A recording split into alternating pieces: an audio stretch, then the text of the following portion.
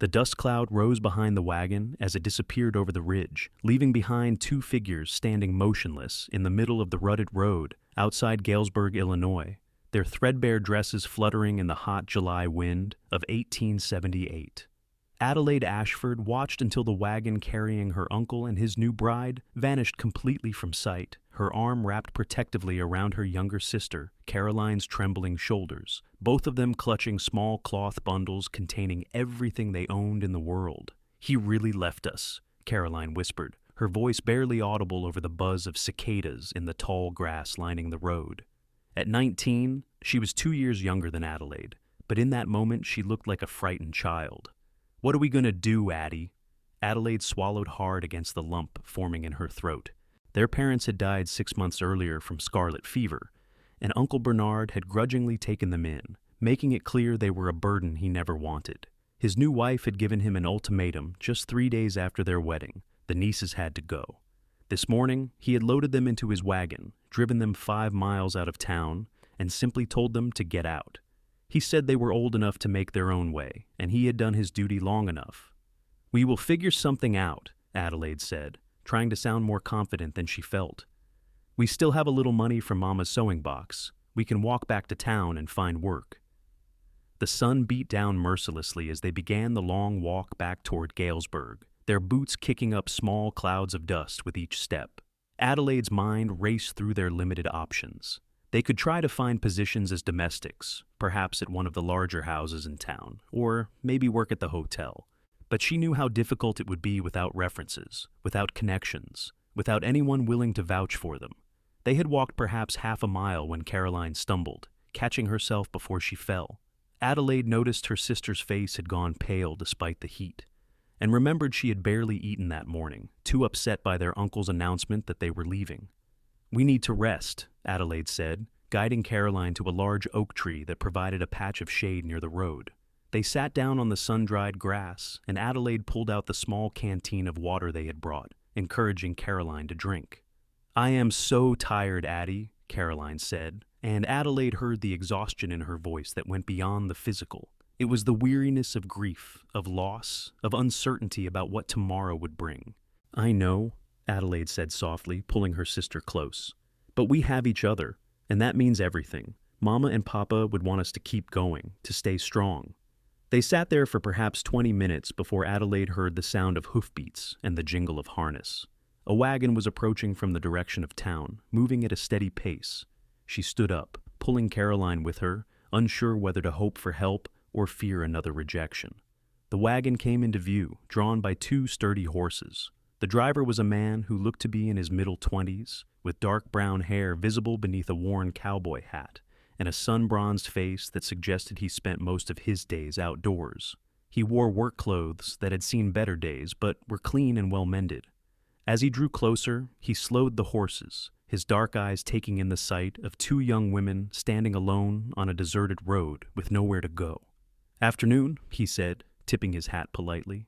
His voice was deep and carried a warmth that made Adelaide want to trust him, though she held herself cautiously. "You ladies need some help. This is not a safe place to be walking alone." Adelaide straightened her shoulders, trying to maintain some dignity despite their desperate circumstances. "We are heading back to Galesburg. We will be fine, thank you." The man looked at the sun, now past its zenith, then back at them. "That is still a good 4.5 miles from here. Hot day for such a walk." He paused, seeming to consider his words carefully. "I am Connor Irons. I have a ranch about 2 miles south of here. If you need help, I would be glad to offer it. No strings attached. You look like you have been through something hard."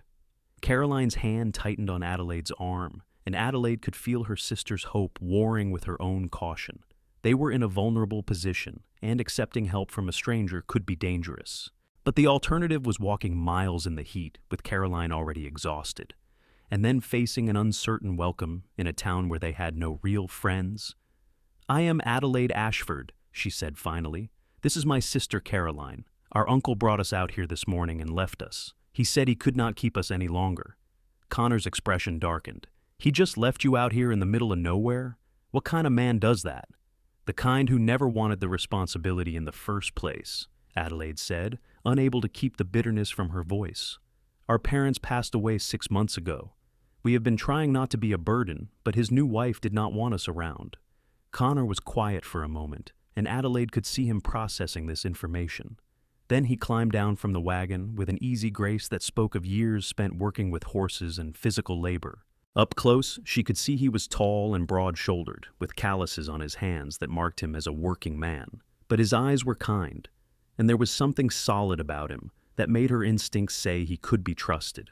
"Look," he said, his voice gentle, "I know you have no reason to trust me, and I respect that, but I cannot in good conscience leave you out here or let you walk all the way in this heat. Let me take you to my ranch. My housekeeper, Mrs. Chen, is there. She is a good woman, been with my family for years. You can rest, have something to eat and drink, and then we can figure out what to do next. I promise you will be safe." Adelaide looked at Caroline, saw the exhaustion and hope in her sister's face, and made her decision. "Thank you, Mr. Irons. We appreciate your kindness." Connor helped them both into the wagon, treating them with a respectful courtesy that eased some of Adelaide's fears. As they settled onto the bench seat, he climbed back up and clicked his tongue to the horses, turning them around to head back the way he had come. "What brought you out this way?" Adelaide asked as they traveled, curious about this man who had appeared like an answer to a prayer she had not quite voiced. "I was picking up supplies in town," Connor said. "Lumber and some other things I needed for repairs on the ranch. I am trying to build the place up, make it into something substantial. It was my father's ranch, but he passed 2 years ago. It has been just me trying to keep it going since then." "I am sorry for your loss," Adelaide said softly, understanding that particular pain all too well. "Thank you," Connor replied. "It gets easier with time, but I will not pretend there are not days when I miss him something fierce. He was a good man, taught me everything I know about ranching, about treating people right." They rode in companionable silence for a while, the wagon following a narrower road that branched off from the main route. The landscape here was a mix of prairie grass and scattered groves of trees, with crops growing in some of the cleared fields. It was pretty country, Adelaide thought, rolling and green in the summer heat. "There it is," Connor said after about 20 minutes, pointing ahead to where buildings came into view. The ranch was modest but well-maintained, with a 2-story house that had been painted white some years ago, a large barn, and several other outbuildings. There was a corral with horses, and Adelaide could see cattle grazing in a pasture beyond.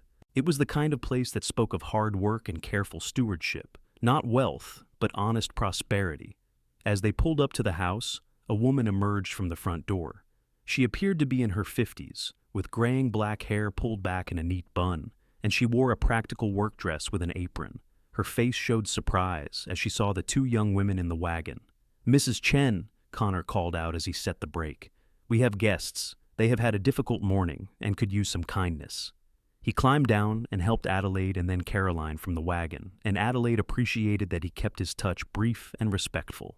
Mrs. Chen came down the porch steps, her sharp eyes taking in their worn clothes and tired faces. "Come inside," she said immediately, her accent marking her as someone who had learned English as a second language but spoke it well. "You look like you need food and rest. Connor, you bring their things." Adelaide and Caroline followed Mrs. Chen into the house, and Adelaide was immediately struck by how clean and comfortable it was. The furniture was simple but well made, and everything was neat and orderly.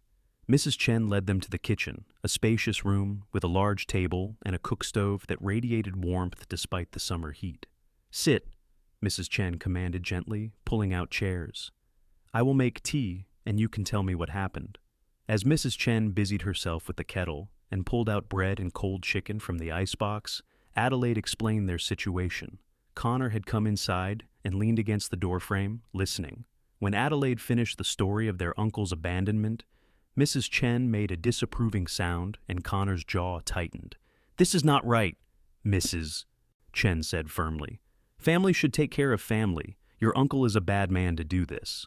"We do not want to be a burden to anyone else," Adelaide said quickly.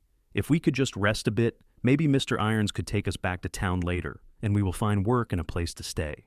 Connor and Mrs. Chen exchanged a look that Adelaide could not quite read.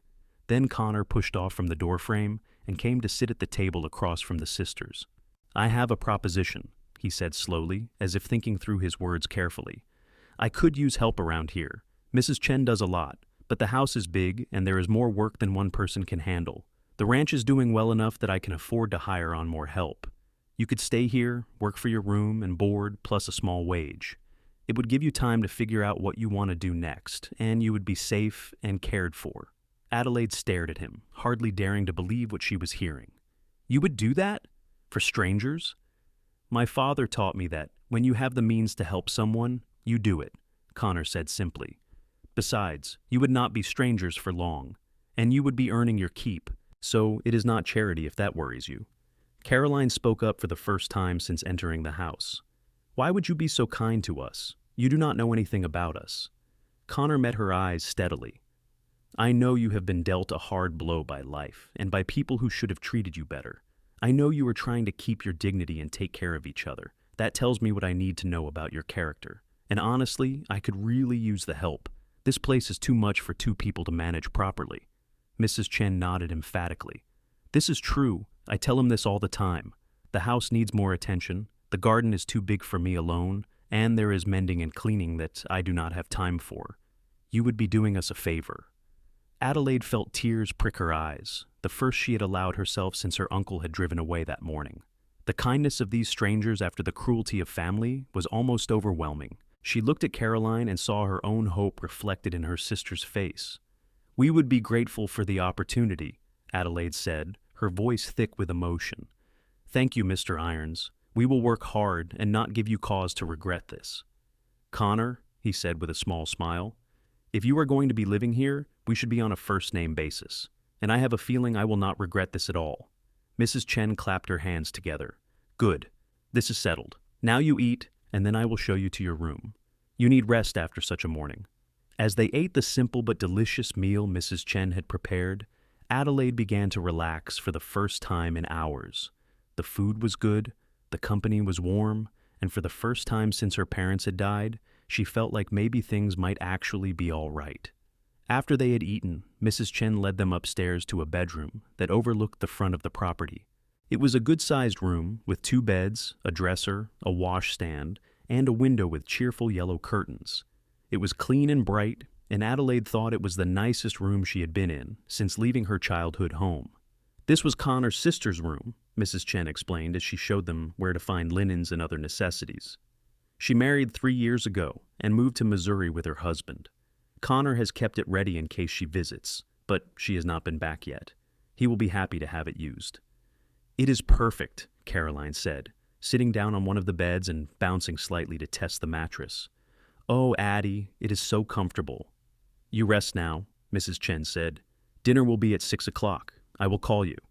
After Mrs. Chen left, Adelaide and Caroline looked at each other. Then Caroline started to cry, and Adelaide held her while her own tears finally fell. They cried for their parents, for the family that had rejected them, and from relief that someone had shown them unexpected kindness when they needed it most. The next few days passed in a blur of activity as Adelaide and Caroline settled into life at the Irons Ranch. Connor had been serious about there being plenty of work. The house was large and keeping it clean was a substantial job. There was laundry to do, meals to help prepare, mending to complete, and a large vegetable garden that needed tending. Adelaide threw herself into the work, grateful to have purpose and to feel like she was earning her place. Connor proved to be an easy person to live with. He was up before dawn each day to tend to the animals and work on whatever project needed attention around the ranch. He took his meals with him, and Adelaide found herself looking forward to those times. He had a dry sense of humor that would catch her off guard, making her laugh when she least expected it. He was unfailingly polite and respectful, but there was also a warmth in the way he spoke to her and Caroline that made them feel genuinely welcome rather than merely tolerated. Mrs. Chen had been with Connor's family for nearly 20 years, having come to Illinois as a young woman. She had been the housekeeper for Connor's parents and had stayed on after both had passed. She was efficient, kind, and had a no-nonsense way about her that Adelaide appreciated. She also clearly cared deeply for Connor, treating him with a mixture of motherly affection and exasperation when he worked too hard or forgot to eat. One evening, about a week after Adelaide and Caroline had arrived, Adelaide was in the kitchen helping Mrs. Chen prepare dinner when Connor came in from the barn, dusty and tired from a day of mending fences. "You should see if you can convince him to rest more," Mrs. Chen said to Adelaide, not bothering to lower her voice. He works himself too hard. He's trying to do the work of 3 men. Connor, washing his hands at the sink, shook his head. The work needs doing, and I am the one who needs to do it. You could hire more help, Mrs. Chen pointed out, not for the first time based on the comfortable way this argument seemed to flow. When I can afford it, I will, Connor replied. He dried his hands and turned to Adelaide. How is the garden coming? I saw you and Caroline out there this afternoon. It is very productive, Adelaide said. Mrs. Chen says we will need to start preserving soon, or we will lose the harvest. She is right, Connor said. My mother used to put up vegetables every summer. The root cellar should still have all the jars and equipment. Over dinner, they discussed the preserving project, and Connor offered to bring up the supplies from the cellar the next day. As they talked, Adelaide found herself watching him, noticing the way his eyes crinkled when he smiled, the way he listened carefully when people spoke, giving them his full attention. He was a handsome man, she realized, though not in a flashy way. His appeal was in his steadiness, his quiet strength, his decency. She caught herself and looked away, feeling a flush creep up her cheeks. It was too soon to be having such thoughts, and besides, Connor was her employer. He had given her and Caroline shelter when they desperately needed it, but that did not mean he saw her as anything more than a person he was helping. She needed to focus on work and taking care of Caroline, not on noticing how Connor's hands looked strong and capable as he passed the bread. But as the days turned into weeks, Adelaide found it increasingly difficult not to notice Connor. He was simply there, a steady presence in their daily lives. He fixed the hinge on the garden gate when it started to stick. He brought them wildflowers he had found growing in the far pasture, saying they reminded him of his mother's garden. He taught Caroline how to whistle using a blade of grass, making her laugh with delight when she finally managed to produce a sound. And he talked to Adelaide, really talked to her. In the evenings after dinner, they often found themselves on the front porch, watching the sunset and discussing everything from books they had read to dreams they had for the future. She learned that Connor wanted to expand the ranch, maybe breed horses in addition to the cattle. He wanted to build something lasting, something he could be proud of. My father started with nothing, Connor told her one evening as they sat in the porch rockers, the August air finally cooling as night approached. He came out here with just his determination and the clothes on his back. He built this place into something solid, something real. I want to honor that by making it even better. That is a good goal, Adelaide said. He would be proud of what you have accomplished. Connor was quiet for a moment. I hope so. Sometimes I feel like I am not doing enough, not moving fast enough. But then I remember that Rome was not built in a day, as my mother used to say. You are doing more than enough, Adelaide said firmly. You work from dawn until well past dusk. You care for everything and everyone here. That is not a small thing. He turned to look at her, and something in his expression made her heart skip. You give me too much credit. I do not think I give you enough, she replied softly. The moment stretched between them, charged with something Adelaide could not quite name, but felt all the way to her bones. Then Caroline called from inside, asking for help with a difficult section of embroidery she was working on, and the moment passed. But something had shifted between them, Adelaide realized. The easy friendship they had developed was taking on new dimensions, ones that both thrilled and frightened her. She had not expected to develop feelings for anyone, let alone so soon after the upheaval in her life. Yet there was something about Connor that drew her, something that made her feel safe and excited all at once. She wondered if he felt it too, or if she was just imagining things because she was grateful for his help. The thought that her feelings might be one-sided made her chest ache, so she tried to push it aside and focus on her work. Late August brought a heat wave that made every task feel twice as difficult. Adelaide and Caroline worked in the kitchen with Mrs. Chen, preserving the garden harvest. They made pickles and canned tomatoes, put up green beans, and made jam from the wild blackberries Connor had found growing along the creek.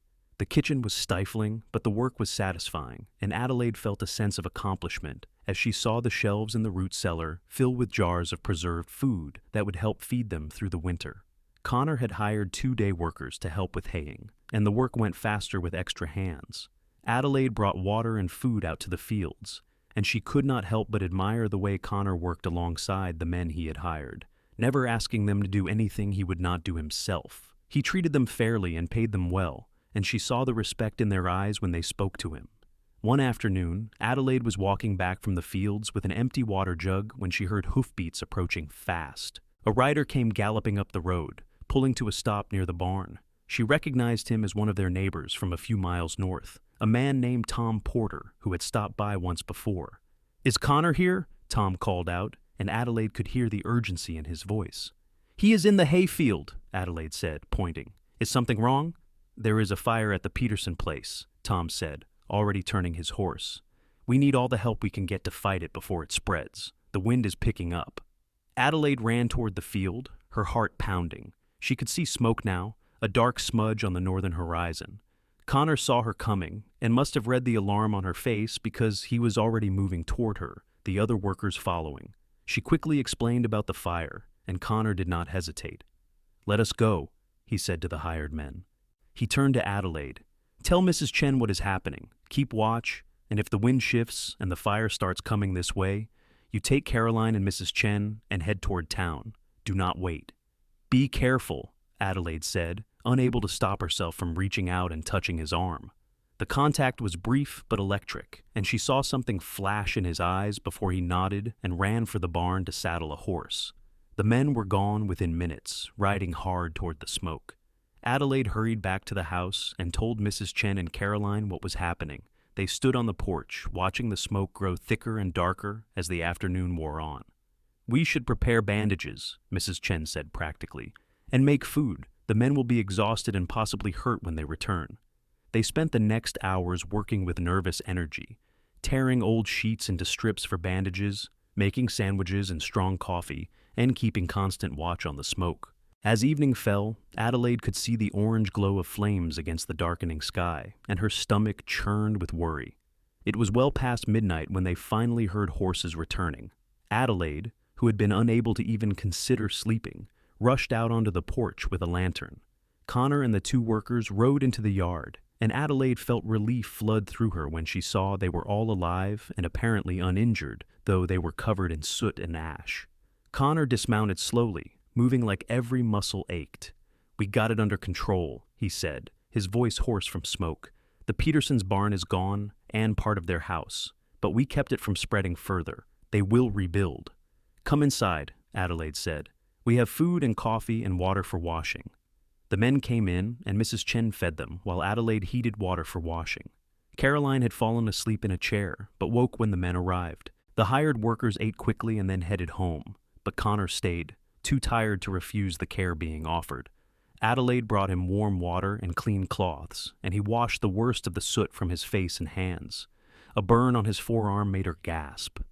"It is nothing," Connor said, but Adelaide was already getting the salve Mrs. Chen kept for such injuries. "Let me," she said softly, and he held out his arm without protest.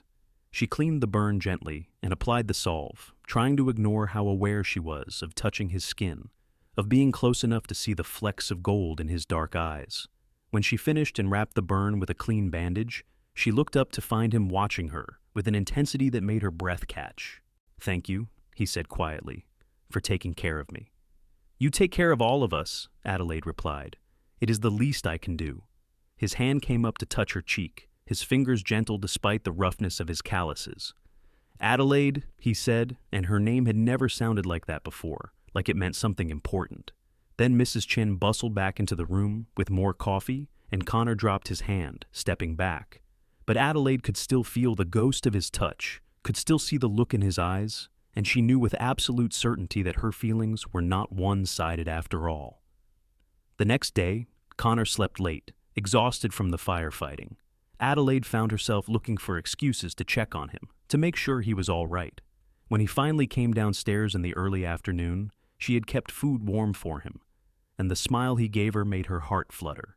"You did not have to do that," he said, but he looked pleased as he sat down to eat. "I wanted to," Adelaide said simply. Over the next few weeks, something changed in the way Connor and Adelaide interacted. There was a new awareness between them, a crackling tension that made every casual touch feel significant. Connor found more reasons to be near her, helping with tasks he normally would have left to the women, and Adelaide found herself drawn to wherever he was. Caroline noticed, of course. One evening when she and Adelaide were alone in their room, getting ready for bed, she brought it up. "You care for him. Caroline said. It was not a question. Adelaide considered denying it, but could not bring herself to lie to her sister. Yes, she admitted softly. I do. Is that terrible? He has done so much for us, given us a home when we had nowhere to go. I do not want him to think I am trying to trap him into something because of obligation. I do not think you need to worry about that, Caroline said with a knowing smile. The way he looks at you, Addie, he is just as smitten. I think he is trying to figure out how to court you properly. The thought made Adelaide's pulse race. Do you really think so? I know so, Caroline said firmly. Mrs. Chen thinks so too. She told me yesterday that Connor has been different since we arrived, happier. She said he smiles more now. Adelaide hugged her pillow, allowing herself to hope, but she also worried. What if Caroline was wrong? What if Connor did see her as just someone he was helping, and she was reading too much into friendly gestures? The thought of making a fool of herself, or worse, making things awkward when they had finally found a safe place to live, filled her with anxiety. But the universe, it seemed, had other plans. On a Sunday in mid-September, Connor asked Adelaide if she would like to take a walk with him after church. They had been attending the small church in Galesburg together, riding into town in Connor's wagon each week. Adelaide had been nervous the first time, worried that her uncle might be there, but they had not encountered him. Mrs. Chen had explained that Bernard Ashford attended a different church on the other side of town and would be unlikely to cross their path. Adelaide agreed to the walk, and after the service, they strolled down by the creek that ran through the edge of town. The leaves were just beginning to turn, touches of gold and red among the green, and the air had the first hint of autumn's crispness. They walked in silence for a while, comfortable with each other, but both seeming to sense that something important was about to happen. Finally, Connor stopped in a clearing by the water and turned to face her. Adelaide, he began, then paused, seeming to gather his thoughts. I need to tell you something, and I hope you will forgive me if I am speaking out of turn. Her heart was pounding so hard she was sure he must hear it. What is it? When I found you and Caroline on that road 2 months ago, I just wanted to help, Connor said, his dark eyes serious. I never expected that bringing you to the ranch would change my life, but it has. You have changed everything, Adelaide. You have made that house feel like a home again. You have brought light and laughter and warmth to a place that was starting to feel empty. And somewhere along the way, I started to fall in love with you. Adelaide felt tears spring to her eyes, but they were tears of joy. Connor, she whispered, I know the circumstances of how we met are complicated, he continued, speaking quickly now, as if afraid he might lose his courage. I know you might feel obligated because I helped you, and that is the last thing I want. If you do not feel the same way, we can pretend I never said anything and go on as we have been. But I had to tell you the truth. I care for you, Adelaide, not as my housekeeper or someone I am helping. I care for you as a woman I admire, respect, and love. I would be honored if you would let me court you properly. Adelaide stepped closer to him, reaching up to touch his face the way he had touched hers that night after the fire. I love you too, she said, her voice shaking with emotion. I have been so afraid to say anything, so worried that I was imagining what I felt from you. But I love you, Connor Irons. You are the kindest, most honorable man I have ever known. You took us in when we had nothing and no one. You gave us not just shelter, but a home. You made us feel like we mattered. How could I not love you? The smile that broke across Connor's face was like the sun coming out after a storm. He pulled her close, wrapping his arms around her, and Adelaide melted into his embrace. They stood there by the creek, holding each other, and Adelaide felt a sense of rightness that she had not experienced since before her parents died. When they finally pulled apart, Connor kept hold of her hands. I want to do this right, he said. I want to court you the way you deserve. I want everyone to know that you are not just working for me, that you are the woman I love and hope to marry someday, if you will have me. I will have you, Adelaide said, laughing and crying at the same time. I absolutely will have you. They walked back to where Mrs. Chen and Caroline were waiting by the wagon, and as soon as they came into view, Caroline let out a little squeal of delight. Finally, she said, grinning. I thought you two would never figure it out. Mrs. Chen smiled serenely. This is good, she said. This is how it should be. The courtship that followed was sweet and proper. Connor was serious about doing things right, and Adelaide appreciated his respect for her reputation. He courted her with flowers from the fields, with rides around the ranch on a gentle mare he said was hers to keep, with evenings on the porch where they talked about everything and nothing. He kissed her for the first time under the harvest moon in October, a gentle, reverent kiss that promised more to come. Caroline was delighted with the turn of events, and she bloomed at the ranch as well. She was learning to be an excellent cook under Mrs. Chen's tutelage, and she had a gift for sewing that led to her making dresses for some of the women in town for extra money. She was building a life for herself, too, and Adelaide was grateful that her sister seemed happy and settled. In November, Connor officially proposed. He did it simply but with great feeling, presenting Adelaide with a ring that had belonged to his mother. "She would have loved you," he said. "She would have been so happy to know I found someone like you." Adelaide said yes through happy tears, and they began planning a spring wedding. Connor wanted to marry sooner, but Adelaide wanted time to prepare, to make a dress, to do things properly. She also wanted to give Caroline time to adjust to the idea of Adelaide being married, of their lives changing again. Winter came to Illinois, bringing snow and cold winds.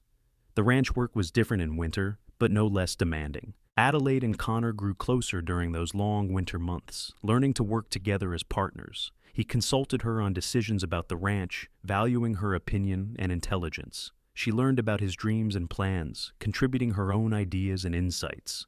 There was one difficult moment that winter when Adelaide and Caroline encountered their Uncle Bernard in town. It was late December, and they were picking up supplies when he came out of the general store. He stopped short when he saw them, his face reddening. "Adelaide, Caroline." He nodded stiffly. "Uncle," Adelaide replied coolly. "I heard you found positions with Connor Irons," Bernard said, clearly uncomfortable. "That is good." "It is more than good," Caroline said, her voice sharp. "He has been more family to us in 5 months than you were in all the time we lived with you. He took us in when you threw us away like garbage." Bernard's face went from red to purple. "Now you listen here, girl." "No, you listen," Adelaide said, stepping forward. Connor was outside with the wagon, but she did not need him to fight this battle for her. "You abandoned us when we needed help most. You left us on the side of a road with nothing. We could have died out there, or worse. But we did not, because Connor Irons is a better man than you could ever hope to be. He saw 2 people in need and helped them without a second thought. He said family is family and meant it, even though we were strangers to him. He has more decency in his little finger than you have in your whole body." "I took you in after your parents died," Bernard sputtered. "I did my duty." "You did the bare minimum and resented us for it every day," Adelaide said. "But I am not here to argue with you. I just want you to know that we are fine, better than fine, and we do not need anything from you. We never did need you. We needed kindness and compassion, things you were incapable of giving. Come on, Caroline." They walked past him with their heads held high, and Adelaide felt a sense of closure. They found Connor by the wagon, and he took one look at their faces and understood something had happened. "You all right?" he asked Adelaide quietly. "I am now," she said, and took his offered hand. Christmas that year was beautiful. Connor cut down a small pine tree, and they decorated it with strings of popcorn and paper ornaments Caroline had made. Mrs. Chen taught them how to make special Chinese dumplings she remembered from her childhood, and they had a feast on Christmas Eve. Connor gave Adelaide a beautiful wool shawl in deep blue, and she gave him a shirt she had sewn herself, carefully stitching his initials on the cuff. As they sat by the fire that night, Caroline and Mrs. Chen having gone to bed, Connor pulled Adelaide close and kissed her gently. "This is the best Christmas I have had since my parents were alive," he said. "Thank you for making this house a home again." "Thank you for giving us a home," Adelaide replied. "Thank you for seeing us that day on the road and not just driving past. Thank you for caring." "Family is family," Connor said simply. "That is what my father always said. Blood does not make family. Love does. Loyalty does. You and Caroline, you are my family now. You have been since the day I brought you here." Adelaide felt her eyes fill with tears. "I love you so much." "I love you too," Connor said, "and in a few months you are going to be my wife, and I will spend the rest of my life showing you just how much." The winter passed, and spring arrived with its promise of renewal. Adelaide spent her evenings working on her wedding dress, a simple but elegant gown in cream-colored satin she had purchased with money from her wages.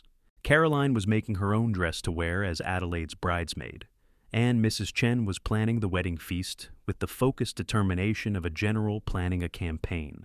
The wedding was set for the last Saturday in April, 1879, at the church in Galesburg.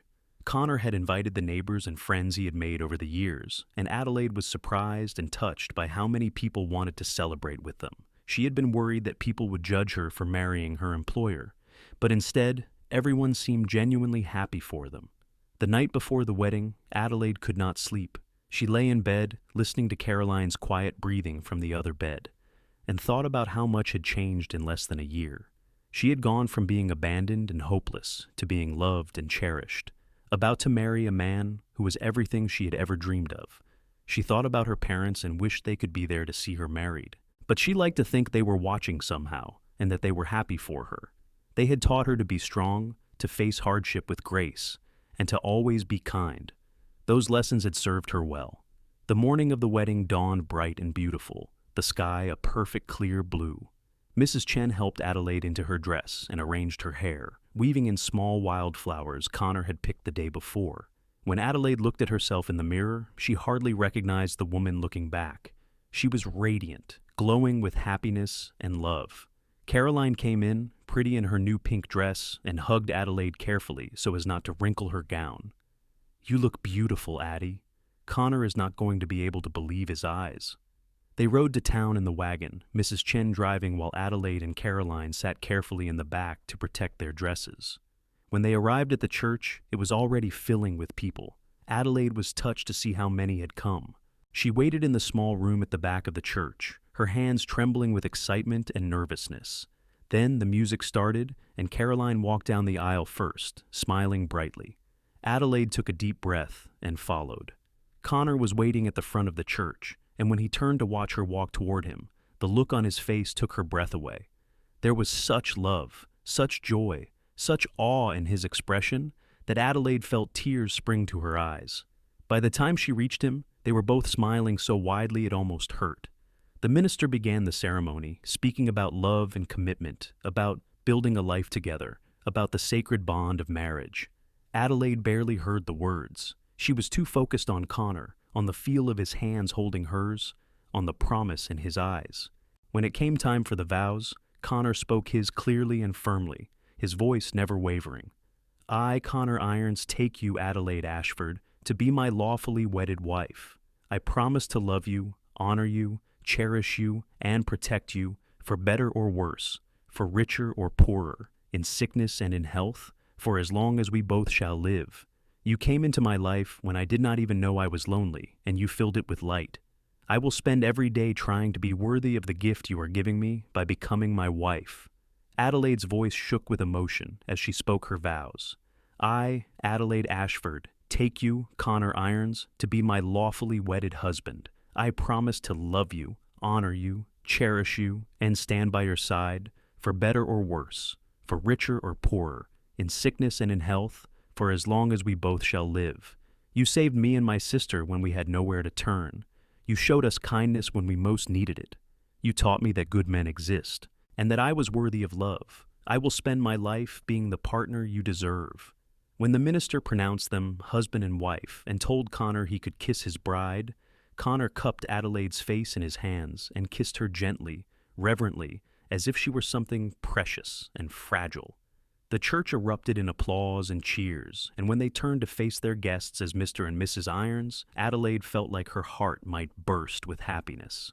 The reception was held at the ranch, with tables set up in the yard and food covering every available surface.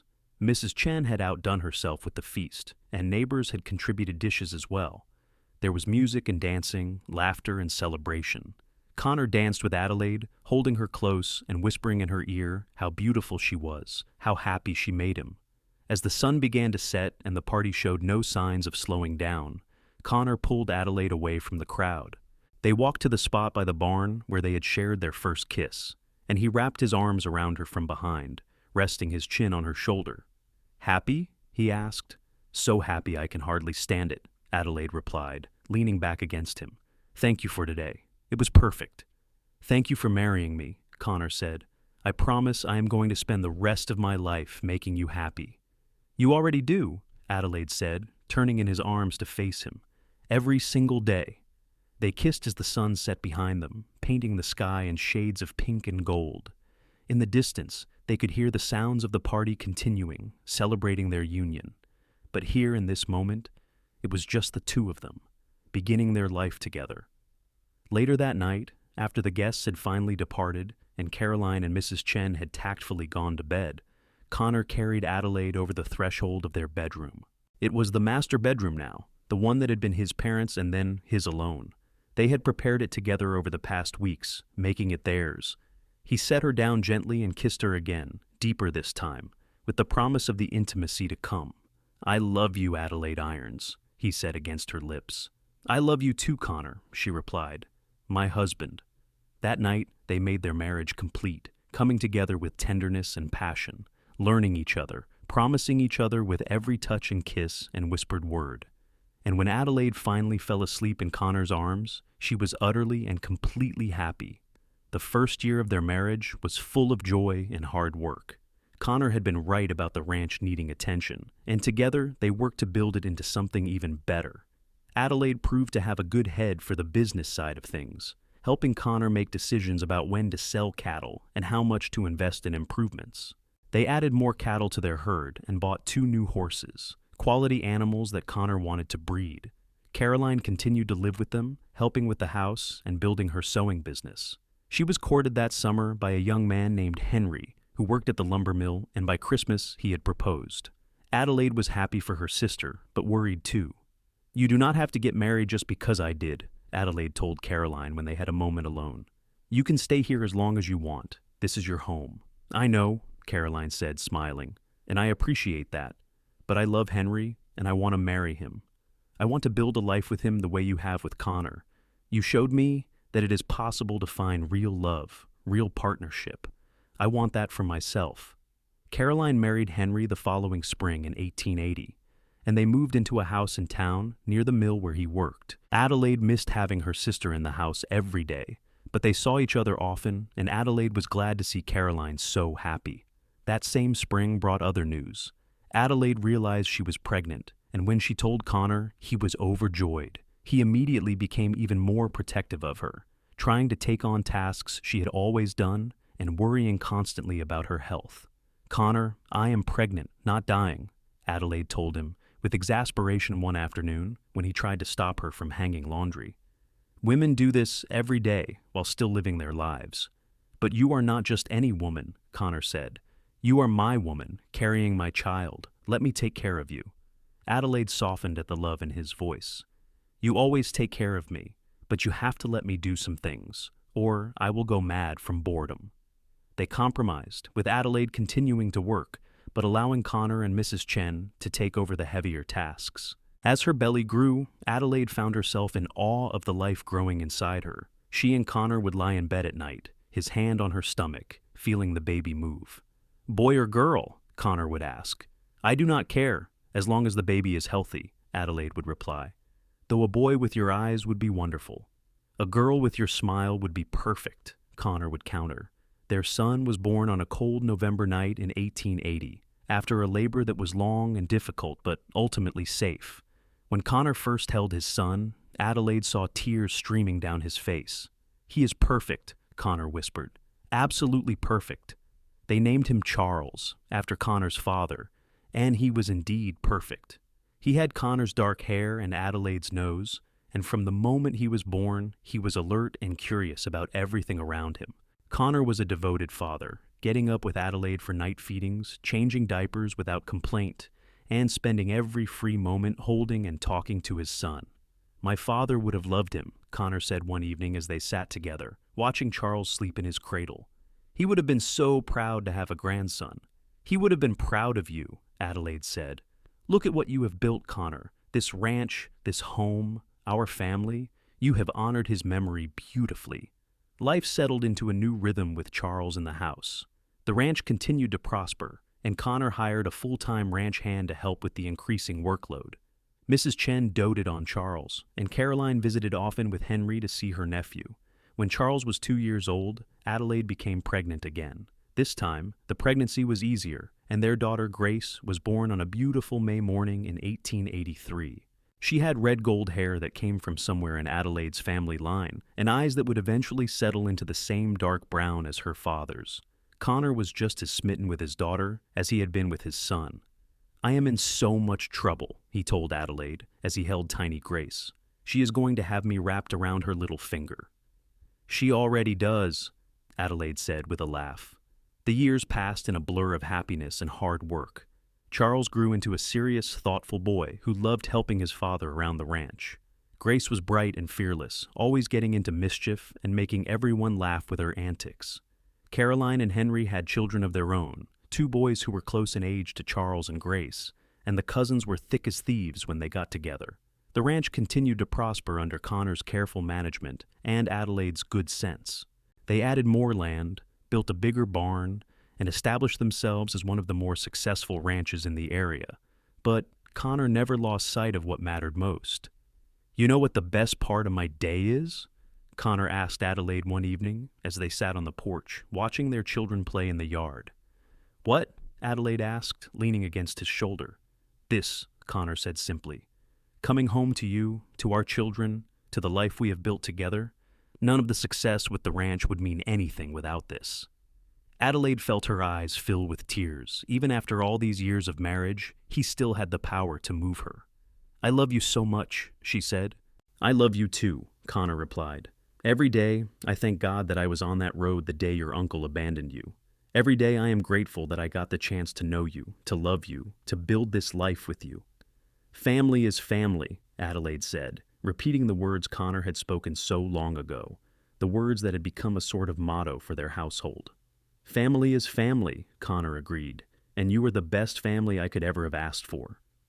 In 1885, they welcomed another child, a son they named Thomas. He was a happy, easy baby who completed their family. Connor was 40 by then, Adelaide 38, and they agreed that 3 children were plenty. As the children grew, Connor made sure they understood the value of hard work and treating people with respect. He taught them about the ranch, about honor and integrity, about being the kind of people who helped others when they could. Adelaide taught them kindness and compassion, how to read and write, how to think for themselves. Caroline and Henry's family remained close, with the cousins growing up almost as siblings. Mrs. Chen stayed on, becoming an honorary grandmother to all the children and a treasured member of the family. She had been there from the beginning, and Adelaide could not imagine their lives without her wisdom and care. In the summer of 1890, the family gathered at the ranch to celebrate Connor and Adelaide's 11th wedding anniversary. Caroline and Henry came with their boys, now strapping young men of 14 and 12. Charles was 9, Grace 7, and Thomas 5. Mrs. Chen had made a special dinner, and they all sat around the big dining table that Connor had built to accommodate their growing family. After dinner, as the children played outside in the long summer twilight, Connor stood and raised his glass. "I want to make a toast," he said. "Adelaide, 11 years ago, you agreed to marry me, and it was the best decision either of us ever made. You have given me 3 beautiful children, a home full of love and laughter, and a partnership that makes every day worth living. You have made me happier than I ever thought possible." Adelaide felt tears running down her cheeks. "Connor," she said softly. "I am not finished," Connor said with a gentle smile. "I also want to thank Caroline and Henry for being such a wonderful part of our family, and Mrs. Chen for everything you have done for us over the years. You are all family, and that is what matters most. Because family is family, whether by blood or by choice." Everyone raised their glasses and drank the toast, and then Caroline stood. "I have something to say too," she announced. "I want to thank Adelaide for being the best sister anyone could ask for. When Uncle Bernard left us on that road, I thought our lives were over. I thought we would end up in some terrible situation with no way out. But Adelaide kept us strong. She kept believing that things would get better. And then Connor came along and proved her right." Caroline turned to Connor. "You did not have to stop that day. You did not have to help us. Most men would have just driven past, figured it was not their problem. But you stopped, and you offered help, and you changed our lives. You gave us both a home when we had nowhere to go. You gave us hope when we had none. And then you loved my sister the way she deserved to be loved, and you gave her the family she always dreamed of. Thank you for that. Thank you for being the kind of man who sees people in need and helps them without a second thought." Adelaide was crying openly now, and she saw that Connor's eyes were bright with emotion too. She stood and went to him, and he wrapped his arms around her, holding her close. "I am the one who should be thankful," Connor said quietly, so only she could hear. "You gave me everything I did not even know I needed." That night, after everyone had gone home or to bed, Connor and Adelaide stood on the porch looking out at the ranch. The house was quiet, the children sleeping, the animals settled for the night. It was peaceful and perfect, and Adelaide felt a deep sense of contentment. "Do you ever think about that day?" Adelaide asked. "The day you found us?" "All the time," Connor admitted. "I think about how easily it could have gone differently. What if I had left town 10 minutes earlier or later? What if I had taken a different road? What if I had decided not to stop?" "But you did stop," Adelaide said. "You chose to help us." "Best choice I ever made," Connor said firmly. He pulled her close and kissed the top of her head. "You know what I think? I think maybe it was meant to be. My father used to say that sometimes God puts people in our path for a reason. Maybe you and Caroline were meant to be in my life. Maybe we were meant to be a family." "I like that," Adelaide said. "I like thinking it was fate or destiny or whatever you want to call it." "Me too," Connor agreed. The years continued to pass, bringing more joy and some sorrows. Mrs. Chen passed away peacefully in her sleep in 1895, and they all mourned the loss of the woman who had been such a vital part of their family. Connor made sure she was buried in the family plot next to his parents, because she had been family in every way that mattered. Charles grew into a fine young man who took over more and more of the ranch work, showing the same dedication and skill his father had. Grace was bright and determined, announcing at age 12 that she wanted to go to college, a bold dream for a young woman in the 1890s. Connor and Adelaide supported her, saving money to make it possible. Thomas showed an interest in horses, particularly in breeding and training them, and Connor helped him start a program that would eventually become a successful business. Caroline and Henry's boys also grew into good men, and the two families remained as close as ever. There were weddings and grandchildren, celebrations and milestones. Through it all, Connor and Adelaide's love remained the foundation everything else was built on. In 1899, they celebrated their 20th wedding anniversary. Their children were grown or nearly so, Charles at 18, preparing to marry a lovely young woman named Sarah from town, Grace at 16 preparing to leave for college, and Thomas at 13 already showing signs of becoming a skilled horseman. Connor was 47 now, with silver threading through his dark hair, and Adelaide was 46, still beautiful in Connor's eyes. They took a trip, just the two of them, back to the spot where they had first confessed their love to each other all those years ago, by the creek in Galesburg. It looked much the same, though the town around it had grown and changed. 20 years, Adelaide said, marveling. "Has it really been that long?" "Feels like yesterday and forever at the same time," Connor said. "I remember standing here, terrified that I was about to make a fool of myself by telling you I loved you." "I remember being just as terrified," Adelaide admitted. "I was so afraid you did not feel the same way, that I had imagined everything." "We wasted a lot of time being scared," Connor said with a smile. "But we figured it out," Adelaide replied. "And look at what we built together. 3 amazing children, a successful ranch, a life full of love and happiness. We did good, Connor." "We did great," Connor corrected. He pulled her into his arms and kissed her, and it was just as sweet and thrilling as it had been 20 years ago. "I love you, Adelaide Irons. I will love you until my last breath and beyond." "I love you too," Adelaide said. "Thank you for stopping that day. Thank you for taking a chance on 2 scared, desperate young women. Thank you for seeing us, for caring about us, for giving us a home and a family." "Family is family," Connor said, and Adelaide smiled at the familiar phrase that had become their touchstone. "Family is family," she agreed. They stood there by the creek as the sun set, holding each other, 2 people who had found each other when they both needed it most, and had built a beautiful life together. Their story had started with abandonment and desperation, but it had become one of love, hope, and happiness. In the years that followed, they watched their children build their own lives and families. Charles and Sarah gave them grandchildren who filled the ranch house with laughter and noise once again. Grace went to college and became a teacher, eventually returning to Illinois with a husband who was a professor and their own children. Thomas took over the horse breeding program and made it into something nationally recognized, marrying a woman who shared his passion for horses. Connor and Adelaide grew old together, watching their family expand and flourish. They passed on the lessons they had learned about kindness, compassion, hard work, and loyalty. They made sure their children and grandchildren understood that family was not just about blood, but about love and choosing to stand by the people who mattered. On a warm summer evening in 1915, Connor and Adelaide sat on the porch of the ranch house, watching their grandchildren play in the yard. Connor was 62, Adelaide 61, and they had been married for 36 years. Connor's hair was completely gray now, and Adelaide's had silver threads running through it, but to each other, they looked exactly as they had all those years ago. "We had a good run, did we not?"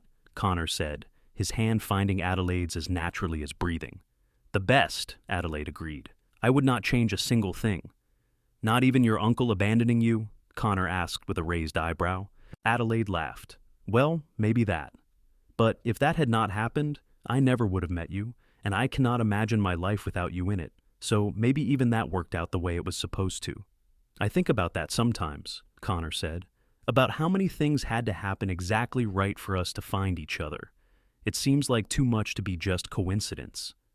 "Maybe it was meant to be," Adelaide said, echoing the conversation they had had so many years before.